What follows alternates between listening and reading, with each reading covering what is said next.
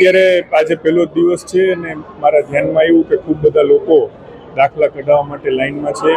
રાજકોટ શહેરમાં આમ તો ઘણી બધી બોર્ડ ઓફિસોમાં પણ બધી જ જગ્યાએ દાખલા કઢાય છે, પરંતુ મુખ્ય મથક હોવાથી સ્વાભાવિક છે લોકો અહીંયા આવે. મશીનોની મર્યાદા છે એવું અધિકારીઓ કહે છે. જે કાંઈ મર્યાદા હશે તો દૂર કરીશું, પણ જે લોકોની લાંબી લાઈન છે આવા તડકામાં, તો એમને પૂરતી સુવિધા મળે એ માટે ખુરશીઓ મુકાવવાનું કીધું છે, ઠંડક કરવા માટેનું કીધું છે, અને પાણીનું જે કાંઈ વ્યવસ્થા છે લોકોને દર અડધી કલાકે પાણી પીવડાવતા જાય આવી વ્યવસ્થાઓ અત્યારે આનુષંગિક કરાવી છે. બાકી ઓફિસમાં અમને ડીએમસીને પણ મેં અહીંયા સ્થળ ઉપર પહોંચવાનું કીધું છે. આવી જાય એટલે એમની સાથે બેસી અને તાત્કાલિક આનું શું નિરાકરણ આવે છે એ જોઈ અને રસ્તો ત્વરિતમાં ત્વરિત કાઢવામાં આવશે. છેલ્લા 1 મહિનાથી આ લોકો દરવાજા સુધી લાવી છે ઘણી વાર. અત્યારે જ છે, આપની વાત સાચી છે.